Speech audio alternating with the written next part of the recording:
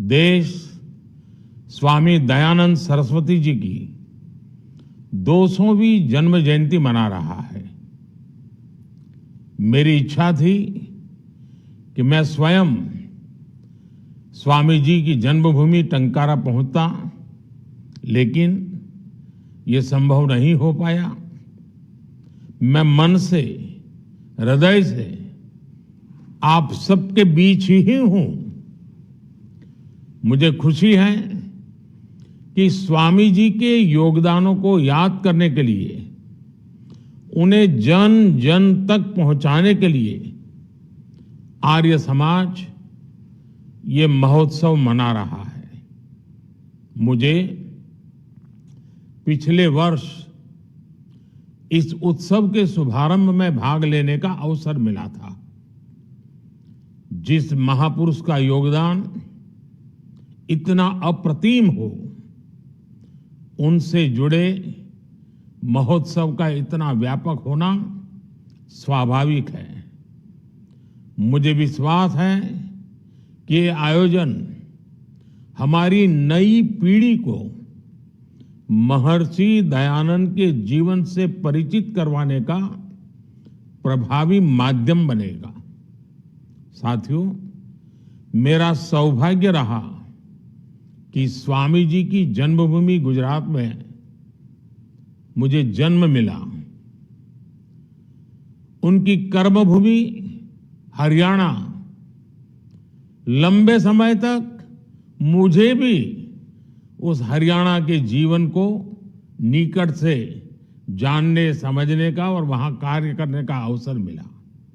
इसलिए स्वाभाविक तौर पर मेरे जीवन में उनका एक अलग प्रभाव है, उनकी अपनी एक भूमिका है। मैं आज इस अवसर पर महर्षि दयानंद जी के चरणों में प्रणाम करता हूं, उन्हें नमन करता हूं।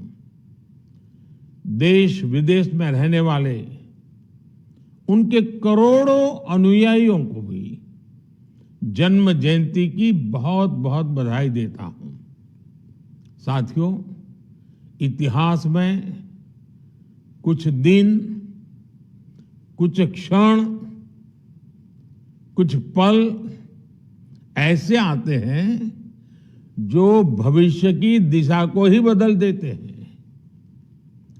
आज से 200 वर्ष पहले दयानंद जी का जन्म ऐसा ही अभूतपूर्व पल था। ये वो दौर था जब गुलामी में फंसे भारत के लोग अपनी चेतना खो रहे थे। स्वामी दयानंद जी ने तब देश को बताया कि कैसे हमारी रूढ़ियां और अंधविश्वास ने देश को जकड़ा हुआ है। इन रूढ़ियों ने हमारे वैज्ञानिक चिंतन को कमजोर कर दिया था। इन सामाजिक बुराइयों ने हमारी एकता पर प्रहार किया था। समाज का एक वर्ग भारतीय संस्कृति और आध्यात्म से लगातार दूर जा रहा था। ऐसे समय में स्वामी दयानंद जी ने वेदों की ओर लौटो, इसका आह्वान किया। उन्होंने वेदों पर भाष्य लिखे, तार्किक व्याख्या की। उन्होंने रूढ़ियों पर खुलकर प्रहार किया और ये बताया कि भारतीय दर्शन का वास्तविक स्वरूप क्या है। इसका परिणाम ये हुआ कि समाज में आत्मविश्वास लौटने लगा। लोग वैदिक धर्म को जानने लगे और उसकी जड़ों से जुड़ने लगे। साथियों, हमारी सामाजिक कुरीतियों को मोहरा बनाकर अंग्रेजी हुकूमत हमें नीचा दिखाने की कोशिश करती थी। सामाजिक बदलाव का हवाला देकर तब कुछ लोगों द्वारा अंग्रेजी राज को सही ठहराया जाता था। ऐसे कालखंड में स्वामी दयानंद जी के पदार्पण से जब सब साजिशों को गहरा धक्का लगा, लाला लाजपत राय, राम प्रसाद बिस्मिल, स्वामी श्रद्धानंद, क्रांतिकारियों की एक पूरी श्रृंखला तैयार हुई जो आर्य समाज से प्रभावित थी। इसलिए दयानंद जी केवल एक वैदिक ऋषि ही नहीं थे, वो एक राष्ट्र चेतना के ऋषि भी थे। साथियों, स्वामी दयानंद जी के जन्म के 200 वर्ष का ये पड़ाव उस समय आया है जब भारत अपने अमृत काल के प्रारंभिक वर्षों में है। स्वामी दयानंद जी भारत के उज्जवल भविष्य का सपना देखने वाले संत थे। भारत को लेकर स्वामी जी के मन में जो विश्वास था, अमृत काल में हमें उसी विश्वास को अपने आत्मविश्वास में बदलना होगा। स्वामी दयानंद आधुनिकता के पैरोकार थे, मार्गदर्शक थे। उनसे प्रेरणा लेते हुए आप सभी को भी, हम सभी को भी इस अमृत काल में भारत को आधुनिकता की तरफ ले जाना है। हमारे देश को, हमारे भारत को विकसित भारत बनाना है। आज आर्य समाज के देश और दुनिया में 2,500 से ज्यादा स्कूल हैं, कॉलेज और यूनिवर्सिटीज हैं। आप सभी 400 से ज्यादा गुरुकुल में विद्यार्थियों को शिक्षित प्रशिक्षित कर रहे हैं। मैं चाहूंगा कि आर्य समाज 21वीं सदी के इस दशक में एक नई ऊर्जा के साथ राष्ट्र निर्माण के अभियानों की जिम्मेदारी उठाए। डीएवी संस्थान महर्षि दयानंद सरस्वती जी की एक जीती जागती स्मृति है, प्रेरणा है, चैतन्य भूमि है। हम उनको निरंतर सशक्त करेंगे तो ये महर्षि दयानंद जी को हमारी पुण्य श्रद्धांजलि होगी। भारतीय चरित्र से जुड़ी शिक्षा व्यवस्था आज की बड़ी जरूरत है। आर्य समाज के विद्यालय इसके बड़े केंद्र रहे हैं। राष्ट्रीय शिक्षा नीति के जरिए देश अब इसे विस्तार दे रहा है। हम इन प्रयासों से समाज को जोड़ें, ये हमारी जिम्मेदारी है।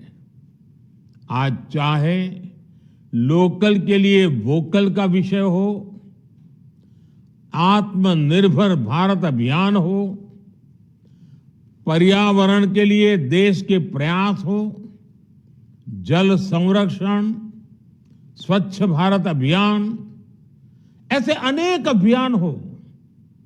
आज की आधुनिक जीवन शैली में प्रकृति के लिए न्याय सुनिश्चित करने वाला मिशन लाइफ हो, हमारे मिलेट्स श्री अन्न को प्रोत्साहन देना हो, योग हो, फिटनेस हो, स्पोर्ट्स में ज्यादा से ज्यादा आना हो। आर्य समाज के शिक्षा संस्थान, इनमें पढ़ने वाले विद्यार्थी सब मिलकर के एक बहुत बड़ी शक्ति है। ये सब बहुत बड़ी भूमिका निभा सकते हैं। आपके संस्थानों में जो विद्यार्थी हैं, उनमें बड़ी संख्या ऐसे युवकों की भी है जो 18 वर्ष पार कर चुके हैं। उन सभी का नाम वोटर लिस्ट में वो मतदान का महत्व समझे। ये दायित्व समझना भी आप सभी वरिष्ठों की जिम्मेदारी है। इस वर्ष से आर्य समाज की स्थापना का 150वां वर्ष भी आरंभ होने जा रहा है। मैं चाहूंगा कि हम सब इतने बड़े अवसर को अपने प्रयासों, अपनी उपलब्धियां, उसे सचमुच में यादगार बनाएं। साथियों, प्राकृतिक खेती भी एक ऐसा विषय है जो सभी विद्यार्थियों को लिए समझना, जानना जरूरी है। हमारे आचार्य देवव्रत जी तो इस दिशा में बहुत मेहनत करते रहे हैं। महर्षि दयानंद जी के जन्म क्षेत्र से प्राकृतिक खेती का संदेश पूरे देश के किसानों को मिले, इससे बेहतर और क्या होगा।